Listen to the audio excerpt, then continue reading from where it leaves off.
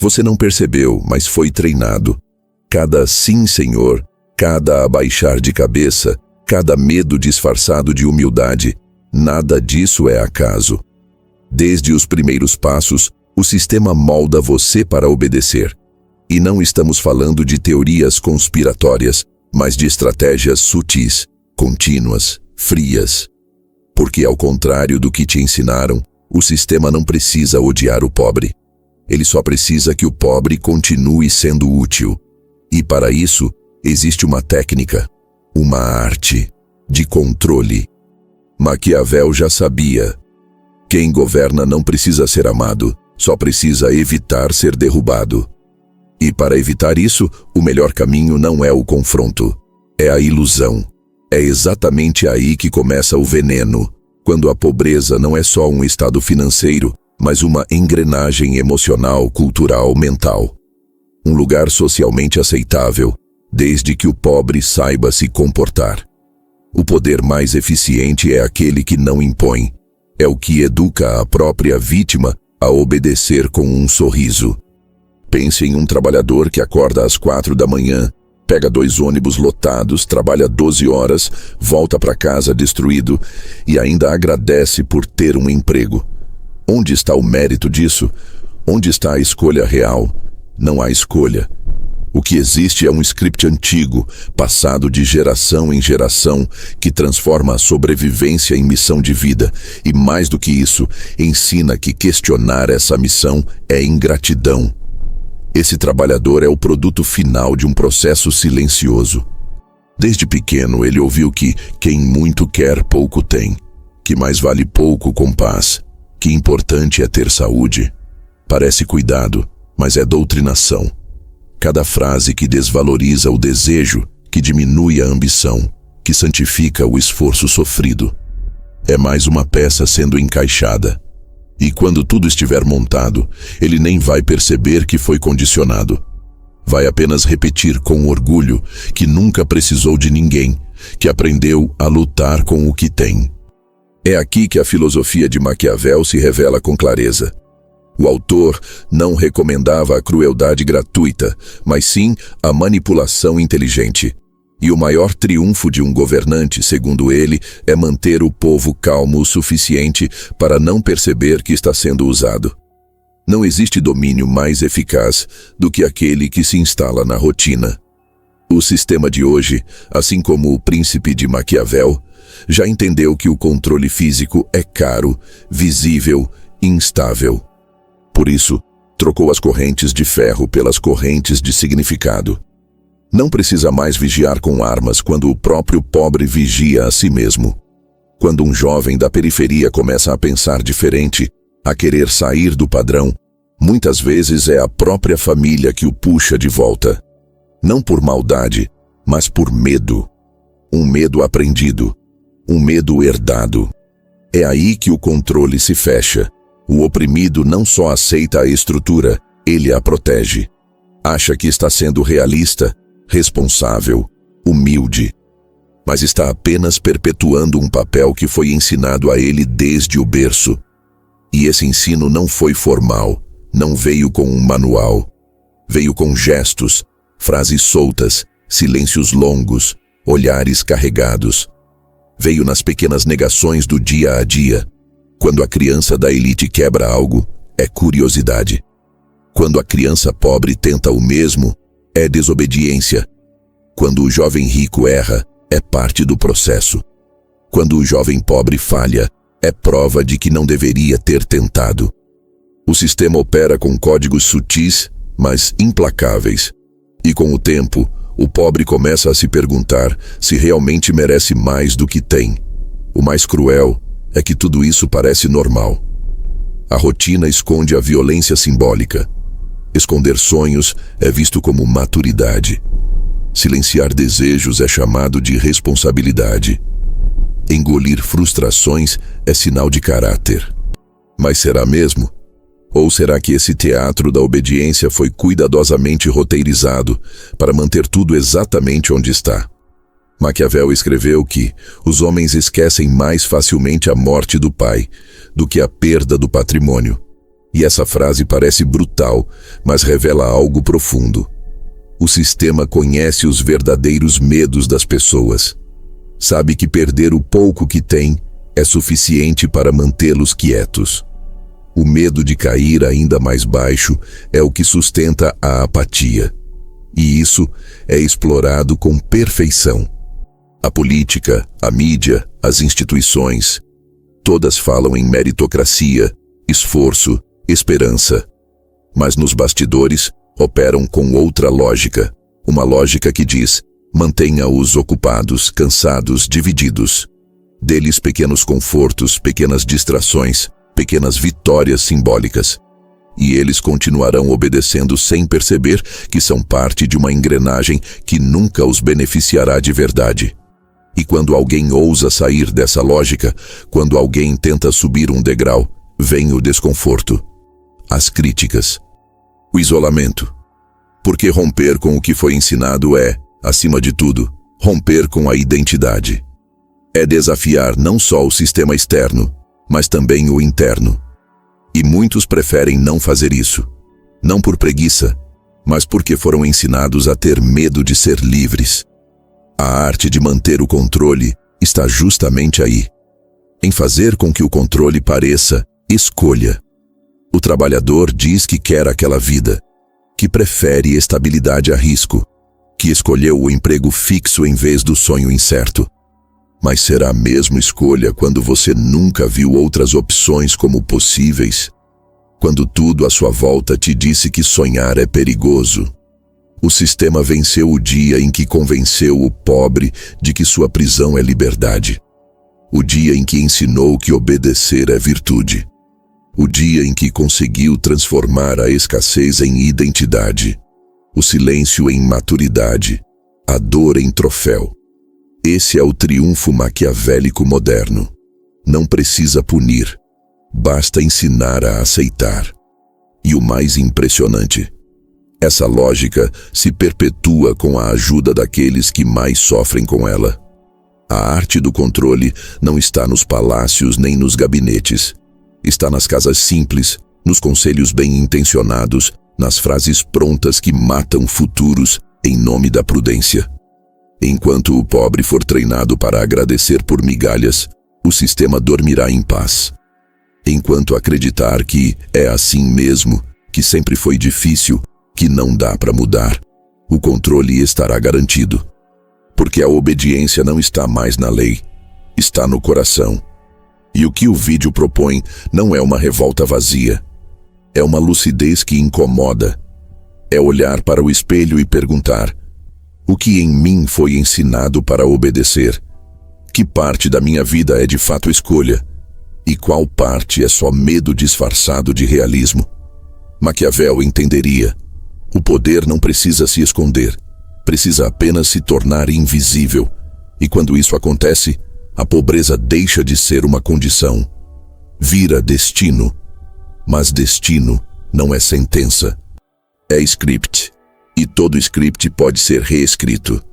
Só que para isso, o primeiro passo é admitir que existe um roteiro sendo seguido. E que talvez, só talvez, você tenha nascido num papel que nunca foi seu, mas que aprendeu a interpretar tão bem que parece verdadeiro.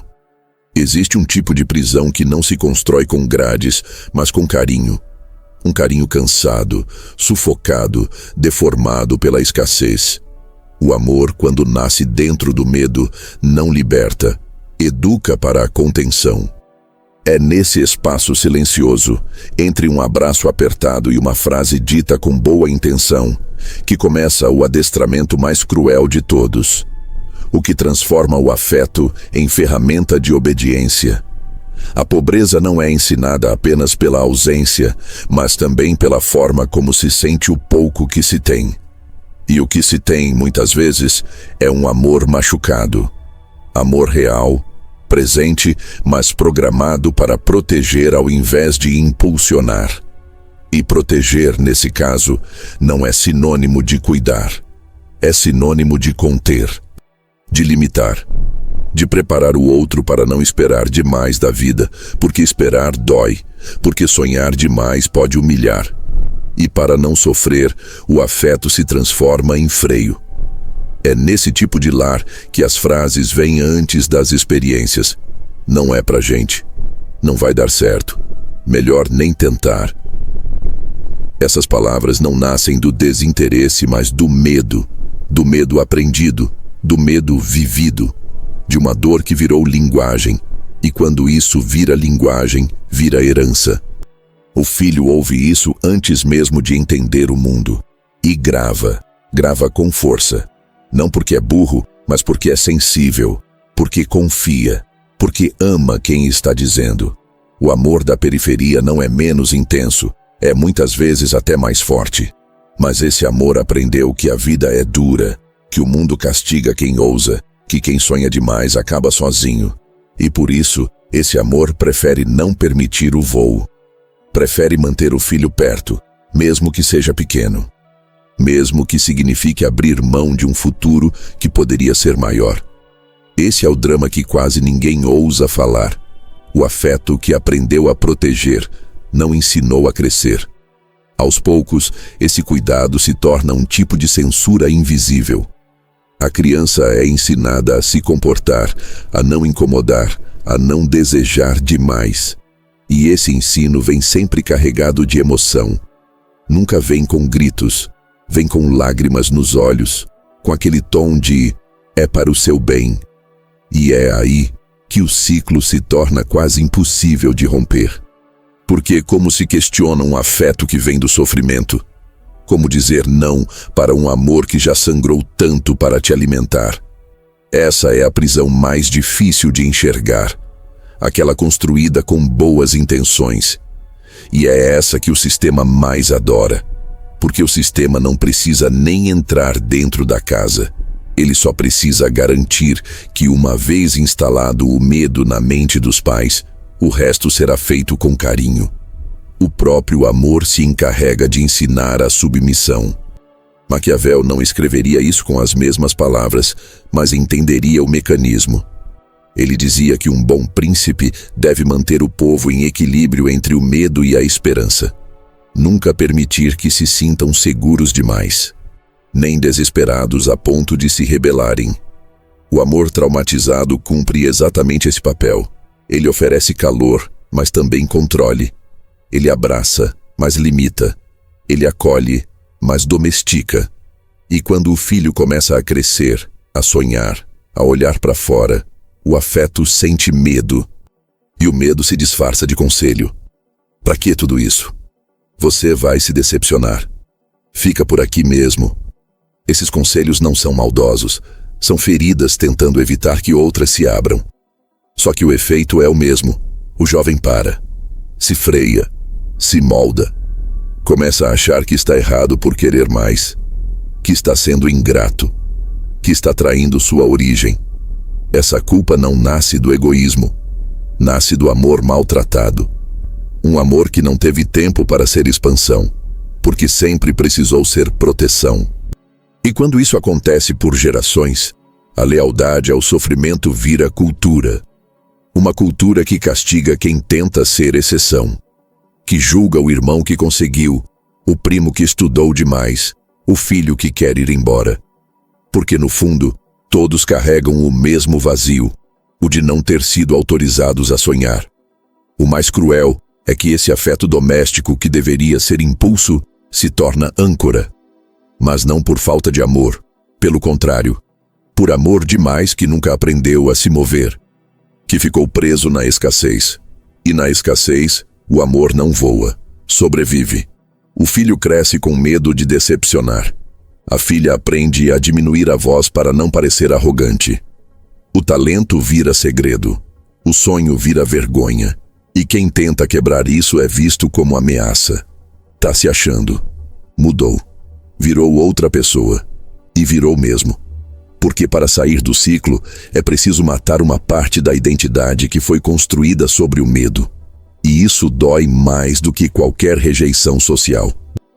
É como dizer não para tudo o que te formou. É como olhar nos olhos de quem te criou e admitir que precisa ir além. Mesmo que isso pareça abandono. Mas o abandono real não é esse. O abandono é o que o sistema fez com essas famílias. O abandono é o que obrigou mães a criarem filhos com pressa, pais a engolirem frustrações sem nunca falarem sobre elas. O abandono foi estrutural, mas a dor virou pessoal. E o afeto se reorganizou como pôde, tentando proteger com as ferramentas que tinha. O problema é que essas ferramentas muitas vezes viraram muros. Muros feitos de medo, de culpa, de silêncio. E esses muros não estão do lado de fora. Estão dentro. Estão na mente de quem ama, mas não sabe libertar. Estão nas frases que acalmam e ao mesmo tempo travam. Melhor garantir o pouco do que arriscar o nada. Não sonha alto, porque a queda dói. A gente não nasceu para isso. A pessoa cresce com essas ideias tatuadas na alma. Vai trabalhar cedo, estudar pouco, aceitar o que vier. Não porque quer, mas porque foi ensinada a não querer muito. O afeto virou disciplina. A ternura virou alerta. A esperança virou medo disfarçado de proteção. E quando alguém quebra esse padrão, o sistema treme, porque não tem mais controle sobre quem rompe o script. E quem rompe paga caro. Paga com distância da família, com olhares de reprovação, com silêncios que doem mais do que palavras duras. Mas é esse o preço da liberdade. E poucos estão dispostos a pagar. Não por fraqueza, mas porque foram ensinados que desobedecer ao amor é quase um pecado. É aqui que a filosofia encontra a realidade. Maquiavel entenderia: o controle mais eficiente é o que se instala onde o amor não alcança mais a liberdade, onde o carinho vira contrato, onde a preocupação se torna coleira, onde a proteção se transforma em prisão. E se você está ouvindo isso agora, talvez reconheça essas frases, esses gestos, esses conselhos.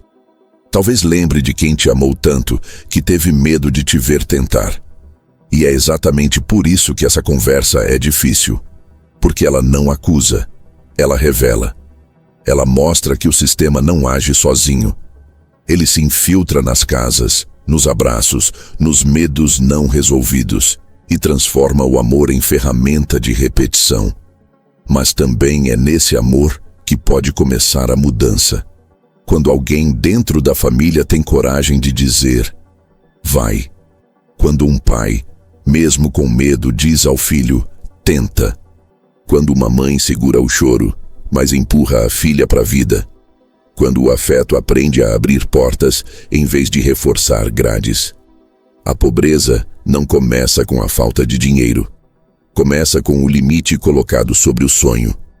E se esse limite vem de quem mais te ama, ele se torna inquestionável.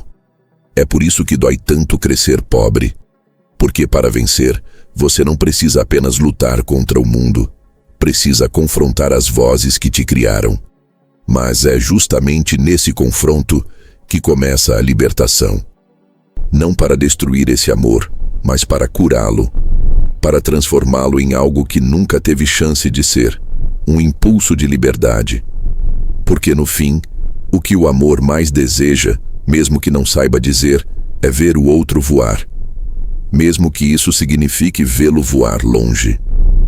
O aluno entra com um caderno novo, esperança no olhar, uniforme limpo, mochila nas costas e a expectativa de que aquele espaço vai mudar sua vida.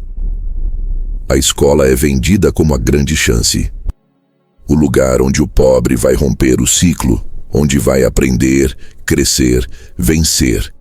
Mas o que muitos não percebem é que no mundo real, especialmente nas periferias, o que parece uma escada é, na verdade, uma esteira, uma que gira sempre no mesmo lugar. Durante os primeiros anos, a criança é ensinada a copiar. Copiar a frase do quadro, copiar a estrutura da prova, copiar o que o professor disse sem perguntar por quê. O problema não é a disciplina, nem a ordem.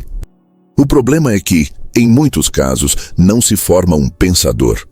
Se forma um repetidor. Alguém que aprende a seguir o jogo, a dar a resposta certa, a se comportar como esperam, mesmo sem entender o que está fazendo. O resultado disso não é educação, é adestramento. E como todo adestramento, ele tem um objetivo: fazer com que o sujeito obedeça, que ele se encaixe, que ele siga a rotina sem reclamar. A criança que entra curiosa, perguntadora, cheia de energia, vai aos poucos sendo silenciada. A que fala demais é chamada de agitada. A que pergunta demais é rotulada como difícil. A que não se conforma, logo aprende que ser diferente tem preço. E muitas vezes, esse preço é o isolamento. A escola deveria ser o espaço onde o pensamento nasce. Mas em muitos lugares, especialmente nos bairros mais pobres, ela se torna o lugar onde o pensamento morre. Onde o questionamento é visto como desafio. Onde o aluno é medido por quantos exercícios entrega, não por quanto compreende. Onde a nota vira mais importante que o aprendizado. Maquiavel diria que um bom governo precisa manter o povo ocupado. E qual ocupação melhor do que uma rotina de tarefas que não ensina a pensar? Ensina a obedecer. Quando o pobre é treinado desde cedo para aceitar respostas sem entender as perguntas, ele não está aprendendo, está sendo programado. Está sendo moldado para não causar problema, para não questionar o que está errado, para agradecer pelo pouco e acreditar que é assim mesmo. E o que é mais cruel, essa escola não é neutra. Ela trata os alunos como se todos estivessem no mesmo ponto de partida. Mas não estão. O aluno da elite chega alimentado, descansado, com acesso a livros, internet, apoio emocional, curso de reforço. O da periferia chega atrasado, cansado, com a barriga vazia e com a cabeça cheia de problemas que nenhum professor foi treinado para entender. Ainda assim, ambos são avaliados com a mesma régua. E quem não alcança é rotulado como preguiçoso, como desinteressado, como caso perdido. O sistema educacional não foi feito para entender as diferenças. Foi feito para nivelar, e nivelar por baixo. Para manter os que nasceram longe do topo sempre ocupando o mesmo espaço. É por isso que tantos jovens pobres saem da escola com um diploma na mão e um vazio na cabeça. Sabem repetir fórmulas, escrever textos curtos, preencher uma ficha de emprego. Mas não sabem argumentar, negociar, liderar. Foram treinados para seguir ordens, nunca para dar. A educação deveria ser uma faísca, mas para o pobre ela virou uma coleira. A criança que sonhava alto vai aprendendo, aula após aula, que sonhar é arriscado, que o sistema não quer voadores, quer marchadores, que o aluno ideal não é o que pensa, é o que se comporta. Quantos professores esgotados já disseram sem perceber que esse menino não tem jeito? Quantos jovens inteligentes foram silenciados porque pensavam diferente? Quantas ideias foram podadas antes mesmo de serem formuladas?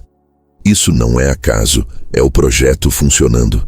E quando um aluno ousa romper com isso, quando se destaca, quando tenta ir além, ele passa a ser visto com desconfiança. Os colegas o acusam de querer ser melhor que os outros. Os professores às vezes não sabem como lidar. A família se preocupa, porque sair da linha é perigoso. Pensar demais é incômodo. E incômodo não é bem-vindo num sistema que precisa que todos fiquem no mesmo lugar. Frases como, não precisa tudo isso, para que estudar tanto, o importante é trabalhar, vão se tornando comuns. Não por ignorância, mas por defesa. Porque aceitar que o pensamento liberta é aceitar que fomos aprisionados. E essa consciência dói. O filósofo francês Louis Althusser chamava as escolas de aparelhos ideológicos do Estado. Ele afirmava que a função real de muitas instituições não é libertar, mas manter as estruturas como estão. A escola pública, muitas vezes, cumpre esse papel. Em vez de abrir a cabeça do aluno, fecha. Em vez de provocar dúvida, entrega certeza. E certezas, quando não vêm acompanhadas de reflexão, viram dogmas. Dogmas de obediência, de limitação, de conformismo. É por isso que o jovem pobre que termina a escola não sai mais forte, sai muitas vezes mais frágil, sem referências, sem incentivo, sem real preparo, mas cheio de frases prontas. Tem que batalhar. É assim mesmo. Quem muito quer, se frustra. São essas frases que ele carrega no bolso, como se fossem sabedoria, quando na verdade são grades invisíveis. O mais revoltante é que ele acredita que a escola o formou, que agora está pronto para o mundo. Mas o mundo não perdoa quem foi apenas domesticado. O mercado não valoriza quem só aprendeu a se calar. E o ciclo continua. Empregos ruins, salários baixos, sonhos adiados, cabeça baixa. E mesmo assim, ele repete com orgulho: pelo menos terminei a escola. Mas que escola é essa que prepara para sobreviver e não para viver? Que diploma é esse que não abre portas, mas confirma a cela? A escola deveria ser a chave, mas se for usada como corrente, só serve para trancar ainda mais. Enquanto a educação continuar sendo tratada como uma linha de montagem, não haverá transformação, porque pensar dá trabalho. E formar pensadores é perigoso. Quem pensa, contesta. Quem contesta, atrapalha. E o sistema quer fluidez, não atrito. Maquiavel sabia que o controle social precisa ser mantido com equilíbrio. Não se pode deixar o povo sem instrução nenhuma, senão ele se rebela. Mas também não se pode ensinar demais, senão ele questiona. Então o meio-termo virou estratégia. Ensina-se o suficiente para preencher formulários, mas não o bastante para compreender as estruturas que causam o próprio sofrimento. E quem foge disso, paga caro. Porque sair da programação é enfrentar um mundo onde poucos vão te entender, onde o brilho intelectual é visto com desconfiança, onde a pergunta incomoda mais do que a ignorância, mas ainda assim, é esse o caminho, o único que pode quebrar o ciclo. Pensar não pode ser luxo. Refletir não pode ser castigo. E a escola precisa voltar a ser o que deveria ter sido desde o início. Um espaço onde o pobre aprende a ser livre. Não só para arrumar um emprego, mas para criar um caminho. Para entender o mundo e se entender nele. A educação verdadeira liberta. Mas só quando deixa de ser adestramento e passa a ser encontro. Encontro com o saber, com o outro, consigo mesmo. Enquanto isso não acontecer, a escola vai continuar formando corpos que obedecem, e não mentes que transformam. Tem algo estranho acontecendo quando a dor deixa de ser problema e vira medalha. Quando o corpo exausto não é mais sinal de alerta, mas de honra. Quando as pessoas dizem com orgulho que a vida nunca foi fácil, como se suportar o insuportável fosse virtude. É nessa lógica que o sofrimento se transforma em valor, não porque ele liberta, mas porque ele treina. E o mais trágico é que esse treinamento não vem de cima para baixo, ele vem de dentro para dentro. Desde cedo, a maioria das pessoas nascidas nas camadas mais pobres aprende que suportar é uma qualidade, que não reclamar é sinal de maturidade, que aceitar o pouco sem fazer barulho é nobreza. Isso não é acaso, é programação. É um modelo mental criado, repetido, reforçado por décadas, até que a dor se torne parte da identidade. Você acorda antes do sol. Trabalha por horas em algo que não gosta, recebe pouco, mal consegue pagar as contas, volta para casa esgotado e ainda escuta: pelo menos você tem trabalho. Essa frase, dita como consolo, esconde uma lição invisível. Aprenda a se orgulhar da resistência, não da transformação, não da vitória, mas do simples fato de não ter quebrado. Maquiavel escreveria isso de outra forma. Ele diria que um povo que aprendeu a se orgulhar da obediência, mesmo quando ela vem com dor, é um povo fácil de controlar. Porque já não precisa ser punido, ele mesmo se pune. Já não precisa ser vigiado, ele mesmo se limita. Já não precisa ser silenciado, ele mesmo se censura. E tudo isso se disfarça de humildade, de simplicidade, de caráter. Mas o nome disso é outra coisa. É moralização da miséria. A ideia de que sofrer é bonito, de que viver com pouco é prova de força, de que pedir ajuda é vergonha, de que desejar mais é pecado. Tudo isso forma a base de um modelo moral que favorece o sistema, não o indivíduo.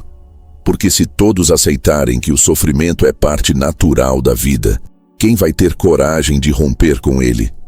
O sistema não precisa mais colocar grades visíveis. Ele construiu um mundo onde a dor foi romantizada, onde o trabalhador é chamado de guerreiro, mas nunca de líder, onde ser forte é aguentar, não mudar, onde o que mais se repete é: Deus sabe o que faz. É só mais uma fase. No fim, tudo vai dar certo. E assim, ano após ano, o sofrimento vai sendo aceito. Não como algo que precisa ser enfrentado, mas como algo que deve ser abraçado. A pessoa que sobrevive, mesmo sem qualidade de vida, é tratada como exemplo. O que deveria ser visto como falha estrutural é usado como prova de superação. E assim, os que mais sofrem acabam competindo entre si para ver quem aguenta mais, quem tem a história mais dura, quem lutou com menos, e quanto maior a dor, maior o respeito. Não se respeita quem vive bem, se respeita quem sobreviveu ao inferno. Esse modelo de pensamento cria uma geração inteira que acredita que vale menos se não estiver sofrendo, que acha que não está batalhando o suficiente se não estiver cansada o tempo todo, que se sente culpada por descansar, que pede desculpa por sonhar com uma vida mais tranquila. E isso não é coincidência, é estratégia. O sistema precisa de corpos que aguentem, que não parem, que não perguntem, que sigam funcionando, mesmo quando tudo está desabando por dentro. Porque a máquina não quer pessoas felizes, quer pessoas úteis. E a utilidade, nesse caso, vem da submissão, do silêncio, da aceitação. Há uma frase que escutamos desde cedo: trabalha em silêncio, deixa que o sucesso faz o barulho. Mas a verdade é que o silêncio não incomoda ninguém. O silêncio mantém tudo como está. E o sucesso, quando chega, é muitas vezes tarde demais. A saúde já foi, os sonhos ficaram para trás, e o que sobra é o orgulho de ter aguentado. Mas aguentar por si só não é vitória. É sintoma de um sistema que nunca ofereceu escolha real. Se você perguntar para qualquer pessoa pobre qual foi o momento mais difícil da vida, ela vai ter uma resposta pronta. Mas se perguntar quando foi a última vez que ela se sentiu verdadeiramente livre, talvez haja um silêncio. Porque liberdade, para muitos, nunca foi ensinada como meta. Foi ensinada como ilusão. A moral do sofrimento se alimenta da escassez e se fortalece com a culpa. Porque não basta aguentar, tem que fazer isso com gratidão. Tem que sorrir, tem que agradecer, tem que dizer que poderia ser pior. Como se reconhecer a dor fosse desrespeito com quem está em situação ainda mais difícil. Como se o problema fosse reclamar, e não a estrutura que obriga tantos a viverem assim. E aí vem a armadilha final. Quando alguém tenta sair desse ciclo, quando se recusa a continuar sofrendo, quando diz em voz alta que não quer mais viver assim, não é visto como corajoso. É visto como ingrato, como o arrogante, como alguém que se esqueceu das raízes.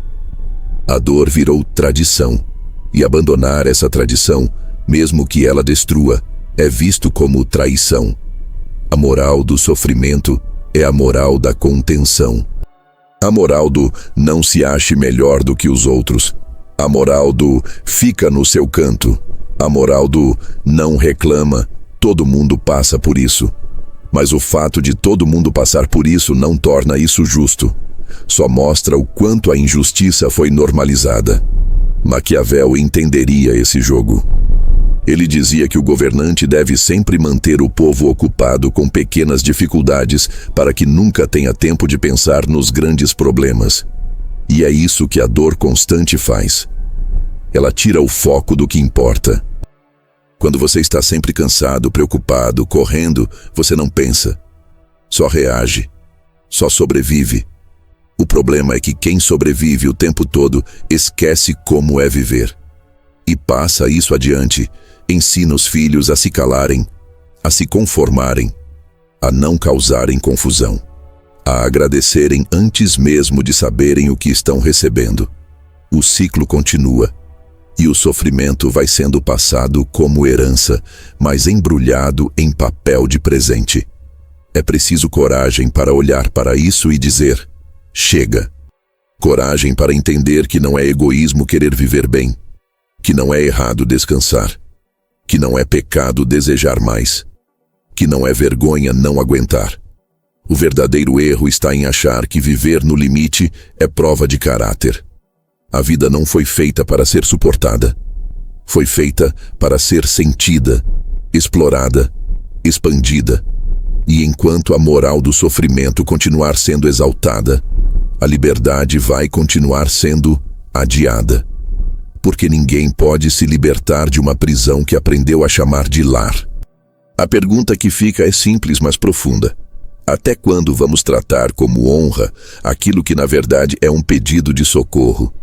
Até quando vamos chamar de humildade o medo de desejar? Até quando o orgulho de aguentar vai ser maior que o desejo de mudar?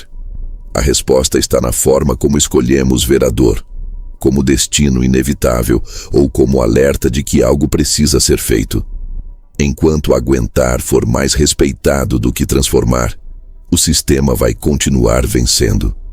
Porque o melhor servo é aquele que acredita que sofrer é seu papel. E o mais leal de todos é o que sente orgulho disso. A fé, por si só, é uma das forças mais bonitas que o ser humano pode carregar. Ela sustenta, inspira, consola. Mas quando é sequestrada pelo sistema, quando é moldada para manter as pessoas quietas, quando deixa de ser ponte e vira algema, ela se transforma em algo completamente diferente. Um anestésico emocional que impede o pobre de enxergar a própria prisão. A maioria das pessoas cresce ouvindo que tudo tem um propósito, que a dor ensina, que a derrota fortalece, que o sofrimento é parte do plano. E essa narrativa, repetida por pais, avós, líderes religiosos e pela própria comunidade, vai construindo uma forma de ver o mundo onde tentar demais parece desafio à ordem divina. Como se buscar uma vida melhor fosse ousadia, como se sonhar grande fosse quase um pecado. É assim que a fé, distorcida pela cultura do medo, se torna um instrumento de controle. Não porque Deus exija isso, mas porque o sistema descobriu que a religião, quando manipulada, é a maneira mais eficaz de domesticar a consciência de um povo. Não é à toa que tantas frases que ouvimos desde pequenos estão carregadas de culpa. Deus sabe o que faz. Aceita o que Ele te deu. Não reclame, porque sempre pode piorar. Essas frases não incentivam crescimento, incentivam conformismo. A pessoa aprende a agradecer pelo pouco, não porque não deseje mais, mas porque tem medo de parecer ingrata. E a ingratidão, nesse modelo mental, é tratada como uma falha moral grave.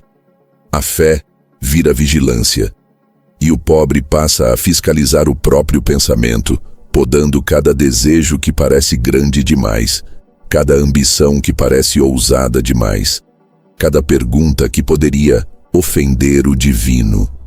Esse controle não é imposto pela força. Ele é internalizado com carinho, com histórias, com tradições. É um controle que se confunde com devoção, que se mistura com a identidade. E é por isso que é tão difícil romper. Porque, para questionar essa fé distorcida, a pessoa precisa questionar não apenas a igreja, mas a própria história familiar. Tudo aquilo que ouviu desde criança, tudo aquilo que moldou sua forma de existir. a culpa se torna cadeia emocional. Uma cadeia tão forte que não precisa de guardas. A pessoa carrega dentro de si a ideia de que querer mais é errado, de que reclamar é ingratidão, de que exigir respeito é falta de humildade. E assim, em silêncio, ela vai aceitando condições que deveriam ser inaceitáveis. Jornadas de trabalho absurdas, salário mínimo que não paga nem o básico, humilhações no transporte público, falta de acesso à saúde. Tudo isso é digerido com a ajuda de uma fé que foi convertida em calmante social. O mais irônico é que, ao mesmo tempo em que prega humildade ao pobre, essa fé distorcida exalta a prosperidade dos ricos como bênção divina. A pessoa pobre é ensinada a aceitar o pouco, mas a pessoa rica é apresentada como prova de que Deus ajuda quem merece. Isso cria um conflito invisível, um paradoxo emocional que prende o pobre em uma lógica cruel. Se ele sofre, é prova de que está sendo testado. Se melhora de vida, é risco de se afastar da fé. Se continua pobre, é sinal de que sua humildade está sendo recompensada espiritualmente. Se tenta subir, é acusado de arrogância. Ou seja, não importa o que o pobre faça, a culpa está sempre à espreita. E a culpa é o elo perfeito entre fé e obediência. Ela impede o questionamento e transforma o silêncio em ato de devoção. Maquiavel entenderia perfeitamente essa dinâmica. Ele dizia que, para manter o poder, é preciso garantir que as pessoas não tenham coragem de desafiar a ordem. E nada tira mais a coragem de um povo do que a sensação de que desobedecer não é apenas perigoso, é moralmente errado. A fé distorcida faz exatamente isso. Ela coloca o peso da eternidade em decisões que deveriam ser práticas, sociais, humanas. Quando algo dá errado, o pobre é ensinado a aceitar. Quando algo injusto acontece, ele é ensinando a confiar. Quando alguém o explora, ele é orientado a perdoar. E assim, pouco a pouco, a fé que deveria libertar se torna a fronteira que o impede de avançar. Imagine uma pessoa que passa a vida inteira ouvindo que aqui é luta, no céu será vitória. O que isso cria? Uma mentalidade de espera. Uma sensação de que nada pode ser mudado agora. De que qualquer movimento de questionamento pode desagradar o sobrenatural. Essa espera rouba energia, rouba iniciativa, rouba rebeldia. E quando a rebeldia desaparece, a obediência floresce. É por isso que muitos trabalhadores explorados dizem frases como "quem trabalha, Deus ajuda", mesmo quando a realidade mostra o contrário. É por isso que muitos pais desencorajam seus filhos a sonhar, não por maldade, mas porque acreditam que Deus não dá asa à cobra. É por isso que tantas mulheres vivem em relacionamentos destrutivos, acreditando que casamento é cruz mesmo. Tudo isso compõe uma cultura onde a fé não é mais fé, é mecanismo de docilização. E o mais cruel é que ela se mistura com momentos reais de espiritualidade, momentos de esperança sincera, momentos de busca por conforto. A pessoa realmente acredita. E é essa sinceridade que torna o controle ainda mais eficaz. Quando o pobre se ajoelha, não é o sistema que manda, é o medo. O medo de perder a proteção, o medo de desafiar o destino, o medo de pensar por si mesmo. A fé, usada dessa forma, transforma o sagrado em fronteira, e a fronteira se torna hábito. Mas, ao mesmo tempo, existe uma chama dentro de cada pessoa que não se apaga. Uma parte que sabe que foi feita para mais. Uma parte que sente que Deus, o verdadeiro Deus, não criou ninguém para ser submisso à injustiça. Uma parte que percebe, mesmo que de forma silenciosa, que aceitar tudo não é humildade, é desistência. A fé genuína não limita. Ela expande. Ela não coloca culpa. Ela oferece clareza. Ela não pede silêncio diante do sofrimento. Ela inspira transformação. Toda grande mudança espiritual na história começou com alguém dizendo: "Isso não está certo." Mas para enxergar isso, a pessoa precisa aprender a separar o que é espiritualidade do que é manipulação. Precisa distinguir o que é crença do que é controle. A fé verdadeira liberta, porque ela não teme o pensamento. Ela não teme o questionamento. Ela não teme a evolução. A fé distorcida, ao contrário, se alimenta de medo, porque o medo paralisa. E quem paralisa não rompe com nada. Apenas segue o fluxo, apenas agradece pelo pouco, apenas aceita o destino. E é exatamente isso que o sistema deseja. Pessoas obedientes que confundem resignação com virtude, que acreditam que sofrer é parte da missão, que não percebem que foram ensinadas a amar aquilo que as machuca. Romper com essa lógica não significa abandonar a fé. Significa devolvê-la ao lugar de onde nunca deveria ter saído. O lugar da coragem, o lugar da consciência, o lugar da luz. Quando a fé volta a ser guia e não coleira, o pobre deixa de ser massa de manobra e se torna indivíduo. E esse é o maior medo do sistema, porque uma pessoa com fé verdadeira não se ajoelha para a injustiça, não aceita a exploração, não se culpa por desejar e não se cala diante do que precisa ser mudado. A fé pode ser a arma mais poderosa do sistema ou a força mais libertadora do mundo. Tudo depende de como ela é usada e principalmente de quem tem coragem de usá-la para abrir os olhos, não para fechá-los. Existe um momento em que o pobre para de sonhar com liberdade e começa a sonhar com aparência. Quando isso acontece, o sistema comemora. Porque ele sabe que já não precisa impedir o avanço de ninguém. Basta oferecer um atalho com brilho suficiente para fazer parecer que o avanço já aconteceu. Esse atalho tem nome, tem cor, tem cheiro de novidade e sensação de vitória. Ele se chama consumo. E dentro dele está uma das armadilhas mais sofisticadas já criadas. A ideia de que parecer bem é mais urgente do que estar bem de verdade. Essa é a armadilha perfeita, porque nasce do desespero por dignidade. Não é vaidade, não é futilidade, não é ignorância. É um grito silencioso que diz: olhem para mim, eu existo. Porque em um mundo onde o pobre é ignorado, invisível, desvalorizado, consumir se torna uma forma de dizer que ele também pode, que ele também tem, que ele também merece.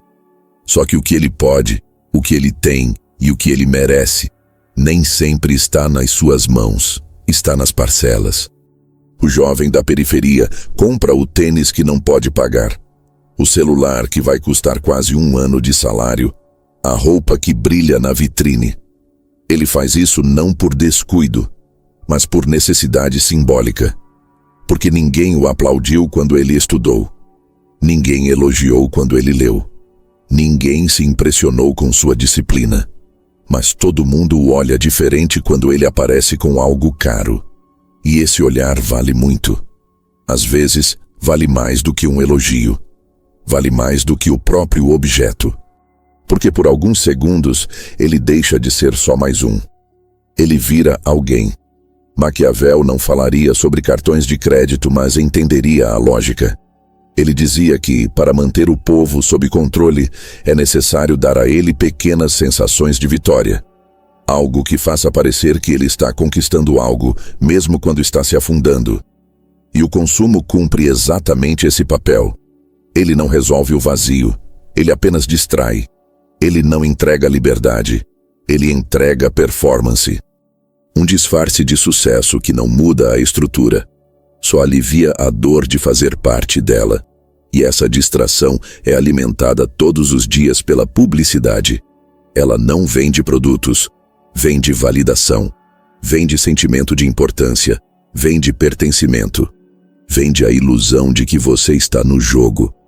Mesmo quando a sua única função no jogo é gastar o que não tem em troca de um lugar que não é seu. O marketing conhece o desejo do pobre melhor do que ele mesmo. Sabe que ele não teve infância com um brinquedo novo. Sabe que ele não pôde escolher o que vestir. Sabe que ele cresceu vendo vitrines como se fossem portais para outro mundo. E agora, que ele trabalha, que ele tem um cartão, que ele pode parcelar, ele finalmente sente que venceu. Mas não venceu. Só foi amarrado com um laço mais bonito. Enquanto isso, o que realmente mudaria sua vida continua longe. Estudo, investimento, tempo, planejamento. Mas tudo isso exige espera. E o pobre não foi treinado para esperar. Foi treinado para se contentar com o imediato. E o imediato que brilha parece muito mais acessível do que a liberdade que demora. A consequência disso é cruel. A dívida cresce, a ansiedade aumenta, a comparação nas redes sociais corrói a autoestima. Mas ninguém fala disso. Porque falar seria admitir que a aparência não basta. E admitir isso é doloroso, porque é tudo o que ele tem. O carro usado financiado em 90 vezes. O celular de última geração com tela trincada e parcela atrasada. O tênis caro sujo de barro na calçada da comunidade. São armaduras de um guerreiro que não tem armas, só uniforme. E o sistema observa em silêncio. Porque quanto mais o pobre compra o que não pode manter, menos investe no que poderia mudá-lo. O dinheiro que poderia ir para um curso, para um negócio, para um plano, vai para o rótulo. Porque é mais fácil parecer bem do que correr o risco de tentar ser. E o sistema prefere assim. Não precisa mais esconder nada. Tudo está exposto. Mas a distração é tão grande que ninguém tem tempo para perceber. O povo está ocupado demais tentando acompanhar a tendência, tentando parecer relevante, tentando sobreviver com dignidade emprestada.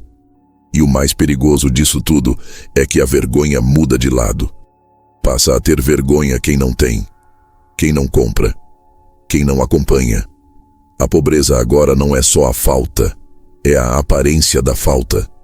O pobre que não consome é visto como desleixado, como alguém que não se esforça, que não luta, que não tem ambição. Mas o pobre que ostenta também é julgado, chamado de irresponsável, de inconsequente. O mesmo sistema que o empurra para o consumo o acusa quando ele consome. E o ciclo se fecha. Não existe saída segura dentro desse modelo, porque não é uma questão de escolha pessoal. É estrutura, é cultura, é construção social. O consumo não é só hábito, é identidade. E quando a identidade está ligada ao que se tem, qualquer tentativa de sair disso parece traição. Mas enquanto o foco estiver na aparência, o conteúdo vai continuar vazio. A vida pode parecer bonita no feed, mas segue apertada na prática. A liberdade que deveria ser construída com base sólida é trocada por likes, por validação rápida, por um elogio que dura 5 segundos, mas custa 5 anos. Maquiavel dizia que o bom governante deve evitar que o povo perceba o próprio poder. E é exatamente isso que o consumo faz. Impede que o pobre perceba que poderia ter mais de verdade. Mais estrutura, mais voz, mais escolha. Mas para isso ele teria que sair do palco da aparência. E isso exige confronto, exige dor, exige abrir mão de um lugar onde, mesmo enganado, ele se sentia alguém. O sistema vende a ideia de que liberdade é comprar o que quiser. Mas liberdade de verdade não é isso. Liberdade é não precisar comprar para se sentir alguém. É saber que você pode escolher e não ser escolhido por uma vitrine. É andar com um celular simples e ainda assim saber que tem valor. É ter consciência de que dignidade não se mede pelo brilho do tênis, mas pela firmeza do pensamento. E quando o pobre entende isso, o jogo muda. Porque o sistema perde seu truque mais sedutor. A distração some, a clareza chega. E com ela vem o incômodo, porque ver a verdade dói. Mas é esse incômodo que liberta, que vira impulso, que transforma o consumo em escolha. não em necessidade de aceitação. Enquanto parecer for mais importante do que ser, o sistema continuará vencendo. Porque quem finge que venceu, para de lutar. E é isso que o sistema quer. Um exército de pessoas que acham que estão no topo, quando na verdade só mudaram de lugar dentro da mesma pirâmide. Um lugar com mais brilho, mas com as mesmas correntes, só que agora invisíveis e personalizadas. Há um momento da vida em que a prisão deixa de ter grades e passa a ter vozes. E o mais assustador é que essas vozes não vêm do governo, dos patrões ou da elite. Elas vêm de dentro da própria comunidade. Vêm da cozinha de casa, vêm do bar da esquina, vêm da reunião de família, vêm de quem nos ama. E é por isso que são tão difíceis de combater. Porque quando um inimigo é declarado, você se arma. Mas quando o inimigo se esconde nos conselhos, nos avisos, nos medos compartilhados, você abaixa a guarda. E sem perceber, entra em um pacto silencioso, um acordo emocional que diz: não ultrapasse essa linha. Esse pacto não é escrito, não é falado diretamente. Ele é transmitido por olhares, por comentários, por brincadeiras, por piadas, por conselhos que parecem cuidado. Mas no fundo, são barreiras. Limites emocionais que dizem ao pobre o que ele pode ser, até onde ele pode ir e quão alto ele pode sonhar sem ser punido pelo próprio círculo social. A verdade dura é que quem mais vigia o pobre não é o rico, é o próprio pobre. Não por maldade, mas por medo. Medo de perder o pouco que entende como pertencimento. Medo de ver alguém ultrapassar a fronteira e perceber que ele mesmo poderia ter ido. Medo de enfrentar o desconforto que surge quando alguém próximo cresce. Crescimento, dentro de um ambiente programado pela escassez, é interpretado como ameaça. Porque quando um se eleva, todos os outros precisam olhar para a própria estagnação. E isso dói. É por isso que o primeiro a tentar quebrar o ciclo sempre enfrenta resistência. Não de quem tem poder, mas de quem compartilha da mesma origem. O jovem que entra na universidade é chamado de metido. A mulher que começa a falar com mais clareza e firmeza passa a ser vista como arrogante. O garoto que decide abrir uma empresa é chamado de sonhador irresponsável. O adulto que resolve sair da comunidade é acusado de abandonar as raízes. A punição nunca é física, é emocional, é social, é moral. E às vezes, essa punição dói mais do que qualquer outra coisa. Esse pacto invisível foi construído ao longo de gerações. Ele nasceu do medo, cresceu com a dor e se fortaleceu com a falta de oportunidades. Ele diz que o pobre deve ser grato por pouco, deve se manter humilde, deve evitar parecer ambicioso, deve ficar no seu lugar. E o seu lugar quase sempre é um espaço pequeno, apertado, previsível. Um espaço onde tudo o que foge da rotina é visto como risco e, portanto, como erro. Maquiavel dizia que um governante esperto não precisa eliminar opositores. Basta fazer com que o próprio povo neutralize qualquer ameaça. E é exatamente isso que o sistema conseguiu: transformar o pobre em guardião da própria prisão. Quando o jovem tenta romper o ciclo, não é o Estado que o limita, é o olhar da própria família, é o medo da própria comunidade, é a culpa de parecer que está deixando alguém para trás. Esse pacto emocional opera como uma sentença herdada. Quando um pai frustrado diz ao filho que isso não é para nós, não está falando dele. Está falando do medo que o construiu. Quando uma mãe diz à filha para não sonhar grande demais, não está limitando o futuro dela. Está protegendo o passado que a moldou. Só que essa proteção, quando repetida por décadas, vira amarra, vira destino, vira profecia autocumprida. Há um detalhe devastador nesse processo. O pobre não só aceita esse pacto, ele o defende, ele o repete, ele o reforça, ele corrige quem tenta sair da linha, ele zomba de quem tenta ser diferente. Ele diminui quem tenta se destacar, porque para ele esse destaque parece uma acusação, como se o outro tivesse encontrado uma porta que ele nunca viu. E admitir isso é doloroso demais. É por isso que muitos se sabotam quando estão prestes a romper o ciclo, recebem uma oportunidade e, sem perceber, a rejeitam. Começam a estudar e param no meio. Conseguem um emprego melhor, mas não se sentem à vontade. Precisam falar de forma mais formal e começam a se sentir falsos. Ganham mais dinheiro e sentem culpa de gastar com algo que sempre desejaram. Voltam para o ponto de partida, não porque são incapazes, mas porque se sentem traindo algo sagrado. Essa lealdade ao sofrimento é um dos mecanismos mais fortes de dominação social já criados. E o pior é que ninguém percebe quando entra nela. A pessoa apenas segue o fluxo, repete as frases, respeita os limites, cumpre o papel. Ela não sabe que está aprisionada porque a prisão foi apresentada como lar, como identidade, como tradição. O sistema não precisou fazer muito esforço para isso acontecer. Ele só precisou garantir que cada geração recebesse as mesmas mensagens, os mesmos medos, os mesmos alertas. Com o tempo, o pobre passou a ser guardião da própria corrente, e o sistema, ao perceber isso, apenas reforçou os incentivos. Quanto mais disciplinado o pobre é, mais é elogiado. Quanto mais se sacrifica, mais é celebrado. Quanto mais se conforma, mais é dito que tem bom coração.